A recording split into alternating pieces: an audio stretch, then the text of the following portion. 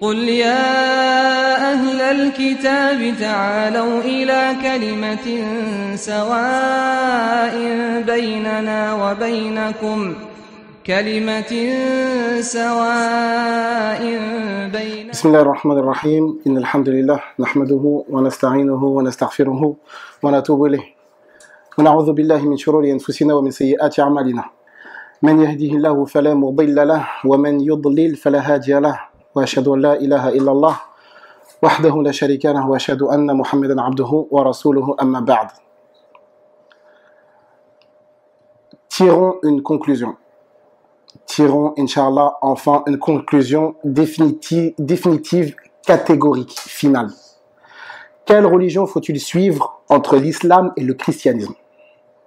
Puisqu'on a pu voir, alhamdulillah, que le message de Mohammed et de Isa, c'est-à-dire le message de Mohammed et de Jésus, est identique, similaire et semblable. Dans le mode de vie, dans le mode d'adoration, ainsi que dans la croyance et dans les rites. Cependant, aujourd'hui, on fait face à de nombreux débats, de nombreuses discussions, de nombreux échanges, de nombreux dialogues, opposant respectivement la communauté chrétienne à la communauté musulmane, sur différents sujets, sur différents thèmes, qui reviennent de manière assez récurrente et qui sont souvent les mêmes, à savoir la divinité du Christ, savoir est-ce que Jésus est divin, oui ou non. Auquel cas, faut-il adorer Jésus ou faut-il adorer Allah? Second thème, faut-il suivre Mohammed ou bien non, faut-il suivre Jésus? Troisième thème, faut-il suivre l'islam ou bien non, faut-il suivre le christianisme? Quatrième chose, faut-il suivre les préceptes dictés par le Coran ou bien non, faut-il suivre les préceptes dictés, codifiés par la Bible? Voilà, de manière courte, brève et résumée, l'ensemble des débats qui peuvent animer les différents réseaux sociaux, les différents débats filmés, etc. Ce qu'il faut savoir, c'est qu'il y a un certain nombre de points où nous sommes d'accord avec les chrétiens. C'est-à-dire que les anciens de nos communautés respectives, même on va plutôt dire les juifs de l'époque, ils ont fait un certain nombre d'adorations que les musulmans aussi ont fait, que la communauté du prophète alayhi salam a fait. Ce qu'on va faire aujourd'hui, on va faire un comparatif avec les 5 piliers de l'islam. C'est des piliers qui sont connus dans la religion, qui sont célèbres, répandus. À partir de ces 5 piliers, Inch'Allah, nous allons voir est-ce que les préceptes islamiques sont plus généreux, plus variés, ou bien non, est-ce plutôt les préceptes chrétiens? Parce qu'aujourd'hui, l'homme a cruellement besoin de sauver son âme. C'est-à-dire que comme on a dit dans le Coran, Allah nous dit « Kullu nafsin dha'iqatul maut » chaque âme goûtera la mort. C'est-à-dire ça, c'est une certitude chez les croyants et les non-croyants que l'être humain, de manière inévitable, devra mourir. Le problème qui va se poser ici, c'est savoir quelle est sa destination après la mort. Sera-t-il l'héritier, sera-t-il gratifié des plaisirs du paradis, ou bien non, vivra-t-il les tourments et les supplices de l'enfer? Pour être sauvé, on a 2 religions qui sont candidates, l'islam et le christianisme. Il y en a d'autres, mais dans l'interreligion, on va rester résumé à ces 2 religions. Ce qu'on va faire, c'est un comparatif sur 5 points. L'unicité divine, la prière, l'aumône, le jeûne et le pèlerinage. Donc, en matière d'unicité, ce qu'il faut savoir, c'est que, contrairement à ce que la communauté chrétienne prêche et prône, le salut ne passe pas par le sang libérateur et salvateur de Jésus. Le salut passe par l'unicité divine, c'est-à-dire que la chose la plus importante en matière de religion s'avère être l'unicité divine. Selon les paroles du Christ lui-même, c'est même le plus grand des commandements. Car lorsqu'il a été interrogé dans le livre de Marc, chapitre 12, verset numéro 28, on l'a interrogé quel est le plus grand des commandements.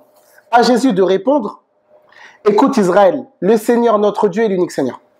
Donc selon Jésus, le plus grand des commandements, c'est l'unicité divine. Ceci est le premier point. Second point, Jésus a même restreint l'obtention de la vie éternelle à l'application de l'unicité plutôt. C'est-à-dire que selon Jésus, le moyen d'obtenir le paradis, c'est de reconnaître l'unicité divine et la véracité de son envoi. C'est-à-dire reconnaître le seul véritable Dieu et la mission prophétique messianique de Jésus à l'époque avant l'envoi du prophète alayhi salatu wassalam. En islam, le tawhid, ce qu'on appelle tawhid, c'est l'unicité divine. Elle a une place capitale, une place absolument somptueuse et grandiose dans l'islam.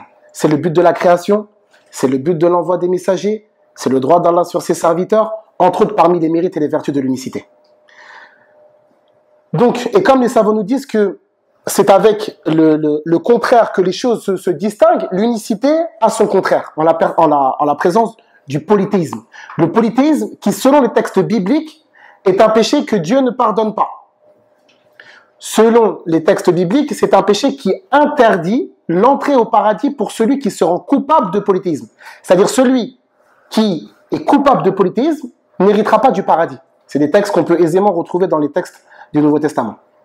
Donc aujourd'hui, ce qu'il nous faut, c'est savoir une religion, quelle est la religion qui offre le salut de l'humanité par le biais de l'unicité. La question qu'on pose aujourd'hui, c'est quelle est la religion mondialement connue et reconnue pour être formée d'adeptes revendiquant le monothéisme pur. Le monothéisme prêché par Abraham, qui est le père des croyants. Le père des croyants dont les juifs et les chrétiens se réclament. Ce qui est étonnant dans la mesure où Abraham lui-même a cassé les statues, même statues que les chrétiens reconstruisent. Et lorsqu'on verra par exemple ce qui est connu dans les signes religieux, c'est que les chrétiens disent au nom du Père et du Fils et du Saint-Esprit. C'est-à-dire que quand on voit le signe des chrétiens, on voit 3 personnes. Mais le signe des musulmans, c'est 1.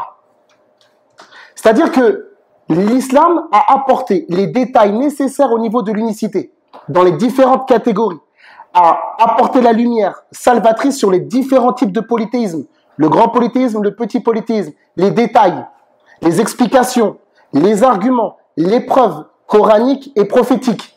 Un ensemble parfait, une harmonie somptueuse qui dote donc les musulmans de tous les moyens nécessaires et capitaux pour préserver leur unicité et ne pas commettre le polythéisme. Chose qu'aujourd'hui on ne retrouve pas dans le christianisme.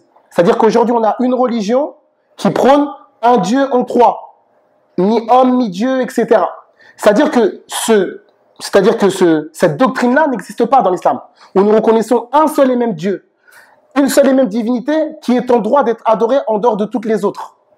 C'est pour ça que on verra que dans le livre de Marc toujours, il y a un homme qui a dit à Jésus, tu as dit avec la vérité que Dieu est unique et qu'il n'y en a pas d'autre que lui. Et c'est ça qu'on retrouve dans le Coran, dans la sourate 22, verset 62, et dans la sourate 31, verset 30, où Allah nous dit ذَلِكَ بِأَنَّ اللَّهَ هُوَ الْحَقُّ وَأَنَّمَا يَدْعُونَ مِن دُونِهِ هُوَ الْبَاطِلُ. Allah dit c'est ainsi qu'Allah est lui le vrai, et ce qu'ils invoquent en dehors de lui est le faux.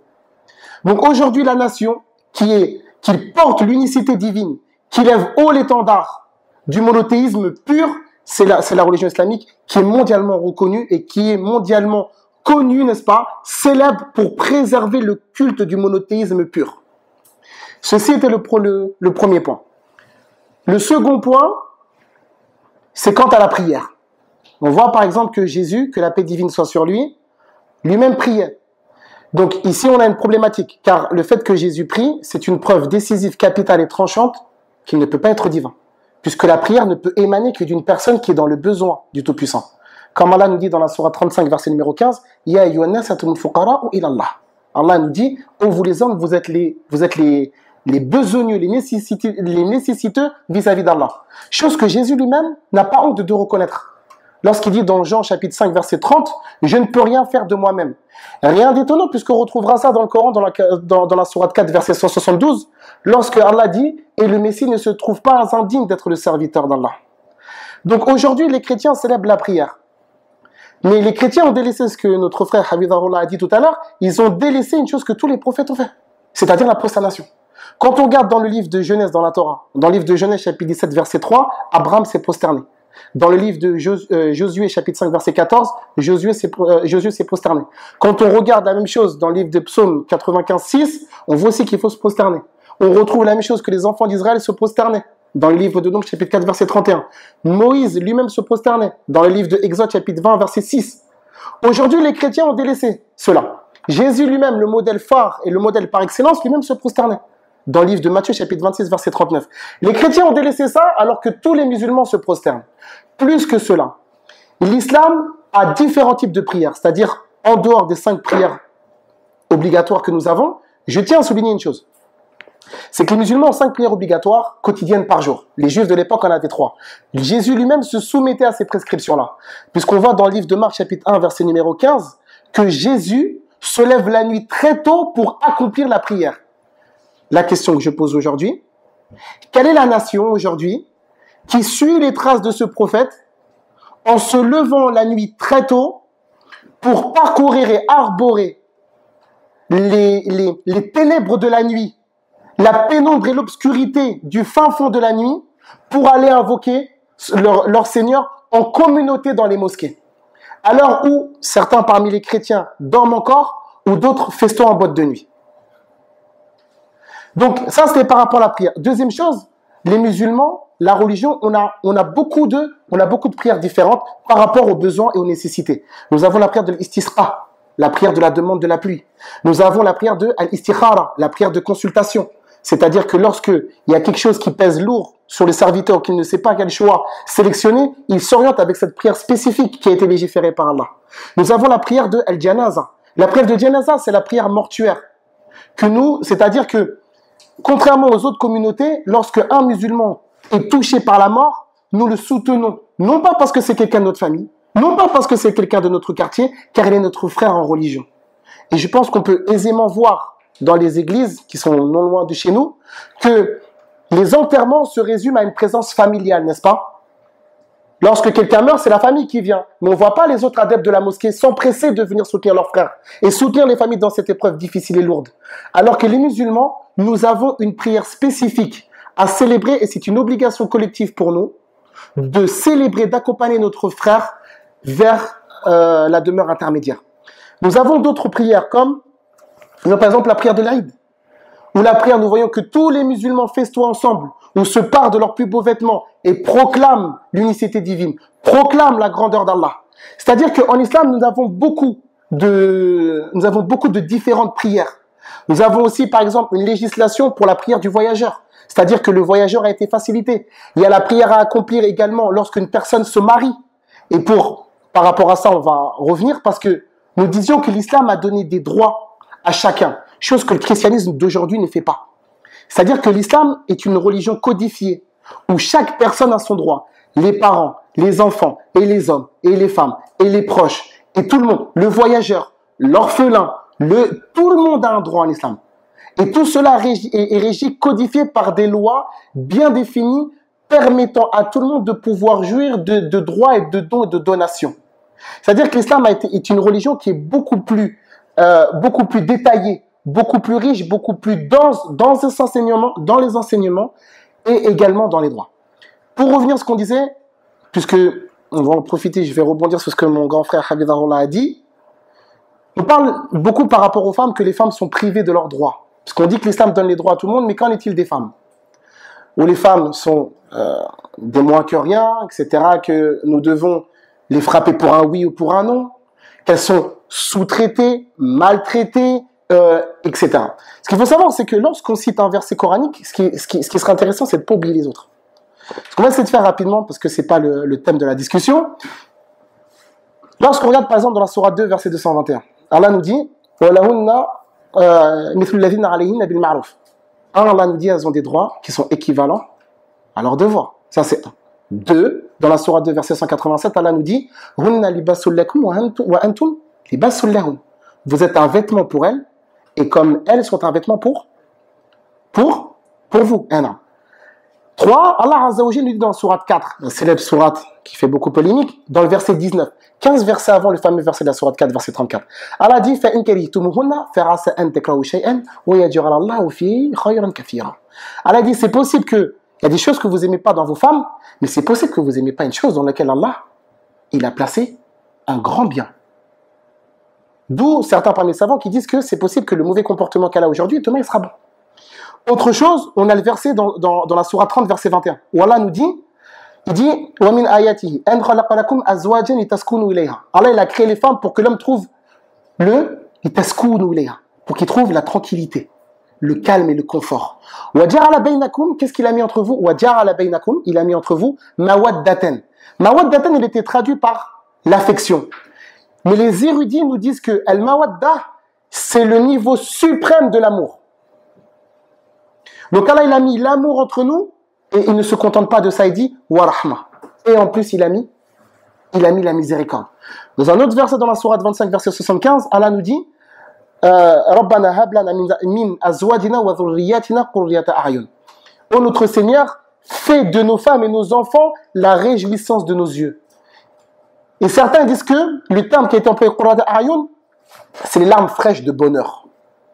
Donc ça veut dire que les femmes ont des droits, bien évidemment.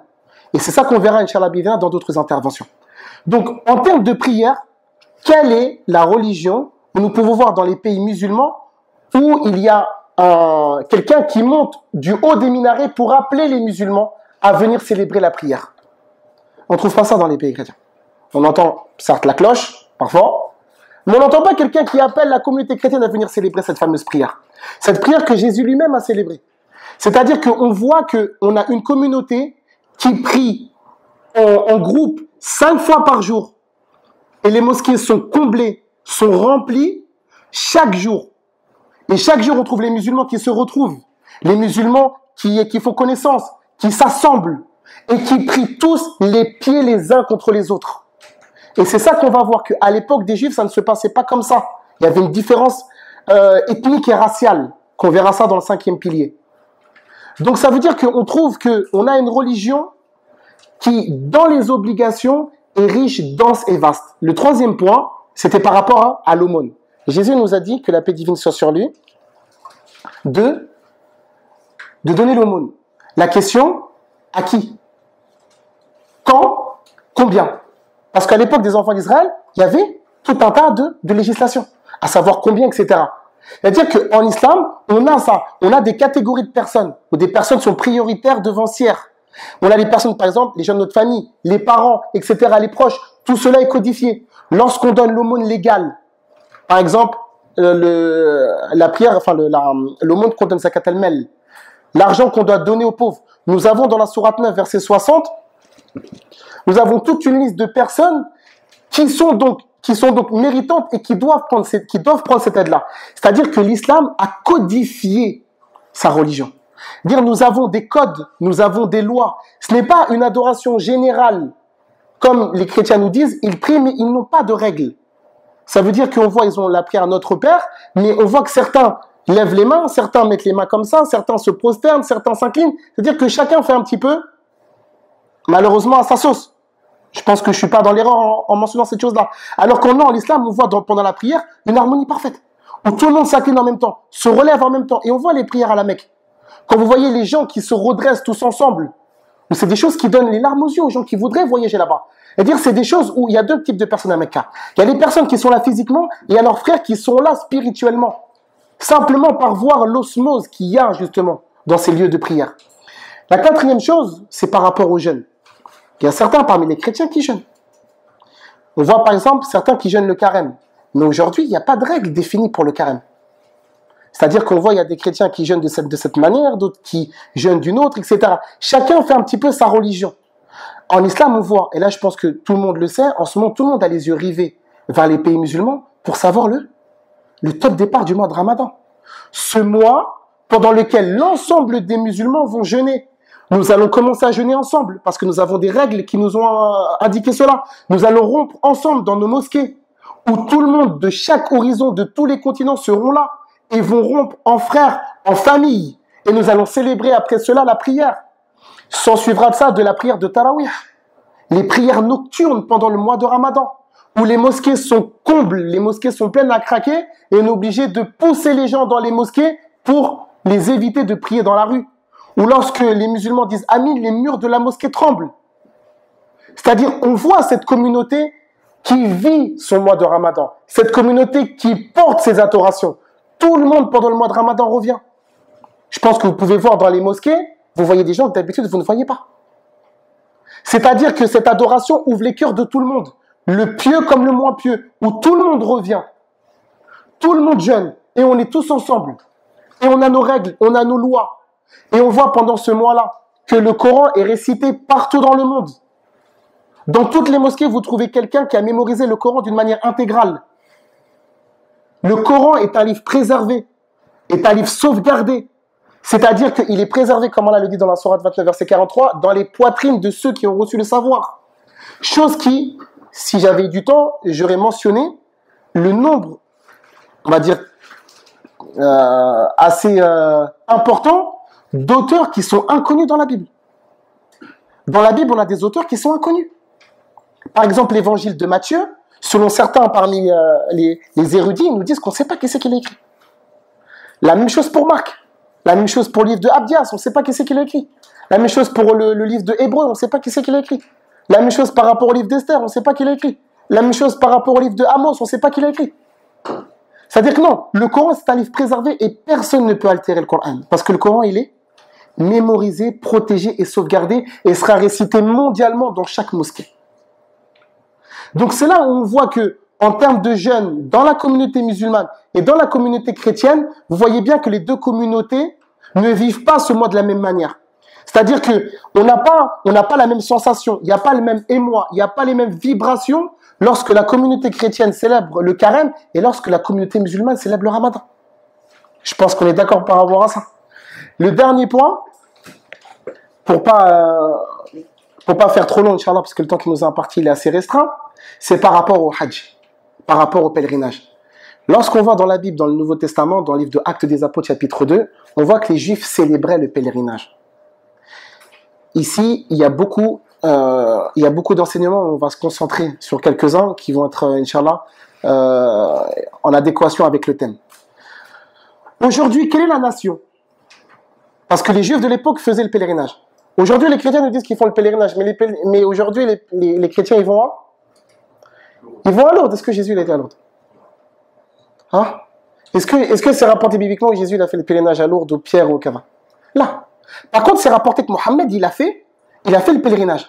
Il nous dit dans le hadith, Khudhu anni manasikakum. Il a dit, prenez de moi vos rites. Et le prophète sallam est là, au milieu de sa communauté, et il leur montre comment effectuer le pèlerinage. Qu'est-ce qu'il faut dire? Les différentes adorations. Quelle est la communauté qui accueille entre 5 et 10 millions de pèlerins, où les gens se déplacent de partout dans le monde? Certains d'entre eux partent 3 mois avant. Ils partent à pied ou en monture pour se déplacer, pour accomplir ce pilier fondamental et capital de l'islam. Où on voit des personnes de tout horizon. Et là, on voit ce qu'il a dit le frère Hafidhahullah, le message global, universel, mondial de l'islam. Chose qui n'est pas dans le christianisme, vu que Jésus lui-même déclare « Je n'ai été envoyé que pour les brebis de la maison perdue d'Israël ». Et qu'à l'époque, dans le temple de Jérusalem, il y avait un mur de séparation. Dans le temple de Jérusalem, il y avait un mur de séparation. Il y avait les Juifs et les prosélytes qui allaient d'un côté, mais les païens convertis au christianisme n'avaient pas le droit d'avoir accès. C'est comme si vous voulez, on avait un temple divisé en deux. On avait les Juifs d'un côté et les non-Juifs de l'autre. Alors que les deux appartiennent à la même religion. Les deux appartiennent à la même croyance, au même credo, à la même doctrine. Mais il y a une séparation ethnique au sein du même temple. Et cette séparation ethnique et raciale, Jésus ne l'a jamais abolie bibliquement. Alors qu'à Mecca, on voit des gens habillés de la même manière. Le pauvre, le riche, l'ingénieur, l'ouvrier, l'avocat, l'architecte. Tout le monde est habillé de la même manière. Avec le ihram qui rappelle le linceul, qu'un jour on va mourir. La chaleur étouffante de l'Arabie. Les gens, les uns sur les autres, qui célèbrent la pureté, la gloire, la louange du même Dieu, tous ensemble, et qui prieront tous ensemble. Chose qu'on ne retrouve pas dans la religion de Jésus, de l'époque du moins. C'est-à-dire que on voit dans les rites du pèlerinage que les musulmans excellent. On voit par exemple que on a des foules, des marées de gens qui se rendent pour adorer le véritable Dieu, la véritable divinité, la divinité de Abraham, la divinité de Isaac, la divinité de Jacob, qui suivent les enseignements de Mohammed alayhi salatu wassalam. Et le message du prophète alayhi salatu wassalam, comme cela a été énoncé précédemment, le message du prophète Mohammed est le même message que celui de Jésus. Les deux ont dit un. On voit dans la Bible que par exemple Jésus nous dit « Vous ne pouvez pas servir deux maîtres ». Alors la question qu'on pose, c'est si Jésus a dit qu'on ne peut pas servir deux maîtres, que dire de trois avec la Trinité? Et ce même verset, on le retrouve dans le Coran, dans la sourate 16, verset 51. Ne prenez pas de divinité. Jésus a dit que Dieu était unique, Mohammed l'a dit. C'est-à-dire qu'ils ont la même croyance, ils ont accompli la prière, ils ont accompli l'aumône, ils ont reconnu la véracité du seul vrai créateur. La différence, ce qui a été expliqué tout à l'heure, c'est qu'il y a des toutes petites différences en termes de législation. C'est-à-dire que Allah a donné et a fourni à chaque prophète une loi temporaire spécifique à sa nation, spécifique à l'époque, spécifique au lieu, spécifique aux besoins, spécifique à beaucoup de choses. Le prophète Mohammed a une législation qui est différente de celle de Jésus, mais les fondements sont les mêmes. Ils sont similaires. C'est la même chose. La différence qu'il y a, c'est au niveau des lois. La différence s'opérera uniquement là. Donc on terminera, parce qu'on va faire court, Inch'Allah, par le fait que la religion islamique a apporté davantage de précision, davantage de détails, davantage d'arguments de précision par rapport aux adorations, par rapport à la relation entre le divin et l'humain. C'est dans l'islam où on trouve la réelle réforme de l'être humain, le réel changement. Et on le voit à travers les convertis, on le voit avec ceux qui sont revenus vers Allah, le changement, la transformation, l'évolution de leur vie.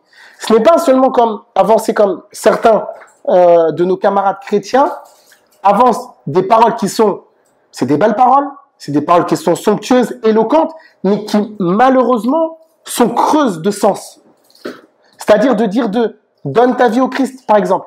Ce qu'on entend, ils disent donne ta vie à Jésus, mais comment donner ta vie à Jésus si lui-même l'a donné à Allah? Donc c'est-à-dire que on va voir, et ça peut-être qu'on détaillera ça dans d'autres interventions, Inch'Allah, que le message de l'islam, et on invite les personnes à la discussion, il n'y a pas de problème, Inch'Allah. Donc on invite donc les gens à la discussion par rapport à ça, que le message islamique a rapporté davantage de précision, davantage de détails, contrairement à la religion chrétienne qui a des enseignements moraux généraux, comme aimer le prochain, chose que chacun d'entre nous respectons et observons. Je vous remercie de votre attention. Subhanakallahumma wa bihamdik, ashhadu an la ilaha illa anta, astaghfiruka wa atubu ilayk.